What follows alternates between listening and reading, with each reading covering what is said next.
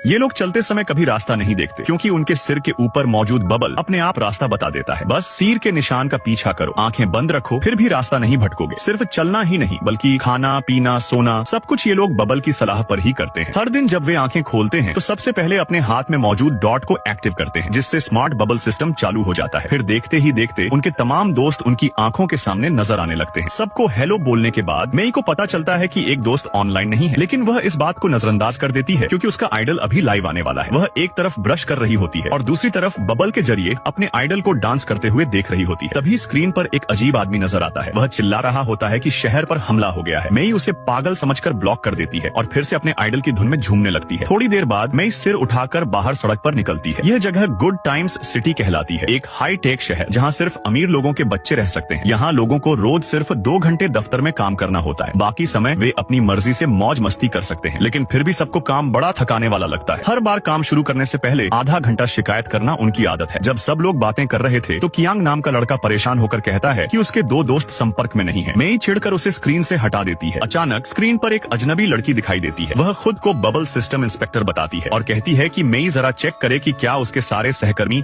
आसपास ही हैं। मेई बिना देखे ही कहती है हाँ सब है, लेकिन वह लड़की जिद करती है कि मेई बबल बंद करे और अपनी आंखों से देखे। मेई बबल ऑफ करती है और जैसे ही पीछे मुड़ती है उसकी आंखें फटी की फटी रह जाती हैं। उसके पास वाले डेस्क पर 1-2 मीटर लंबा कीड़ा बैठा हुआ था जो धीरे धीरे उसके सहकर्मी को मुंह में डाल रहा था। डर से वह भागने के बजाय दोबारा खुद को बबल में लपेट लेती है और जल्दी से अपने आइडल का लाइव शो खोल लेती है जैसे कुछ हुआ ही न हो। पर तभी वही लड़की और वह पहले वाला आदमी फिर से स्क्रीन पर दिखाई देते हैं और उसे जबरदस्ती हकीकत में वापस लाते हैं। असल में वो दोनों एक टीम थे और जब उन्हें पता चला कि गुड टाइम्स सिटी पर कीड़ों ने हमला कर दिया है तो उन्होंने अंदर के लोगों को चेतावनी देने के लिए यही तरीका अपनाया, क्योंकि सुरक्षा ढाल के कारण वे अंदर नहीं जा सकते थे। उन्होंने मेई से कहा कि वह तुरंत बबल बंद करे क्योंकि बबल उन कीड़ों को पहचान नहीं पा रहा था। मजबूरी में मेई ने बबल बंद कर दिया, लेकिन अगले ही पल उसे एहसास हुआ कि वह अब चलना ही भूल गई है। बिना बबल के वह एक कदम भी ठीक से नहीं रख पा रही थी। फिर उसने दोबारा बबल चालू किया और किसी तरह दफ्तर से भाग निकली, लेकिन जैसे ही लिफ्ट का दरवाजा खुला सामने एक कीड़ा था जो मुंह खोले उसकी ओर बढ़ रहा था। बबल उसे उसी दिशा में जाने को कह रहा था। वह मन ही मन उस राक्षस से बचना चाहती थी, मगर शरीर अपने आप बबल के आदेश मान रहा था। दोनों वैज्ञानिक चीखते रहे कि भागो, लेकिन मेई हिल नहीं पाई। कीड़े ने उसे छोड़ दिया। यह देखकर दोनों वैज्ञानिक चकित रह गए। उन्होंने पूछा कि मेई में ऐसा क्या खस है, लेकिन वह कुछ नहीं बोली। वह बस पुलिस को बुलाना चाहती थी, मगर सारे इमरजेंसी नंबर बंद थे। जब वह सड़क पर पहुंची तो वह उसे बार बार समझाने लगा कि अपनी आंखों पर भरोसा करे। मेई ने बबल बंद किया और तभी उसे असली सच्चाई दिखी। पार्ट 2 के लिए कमेंट करें।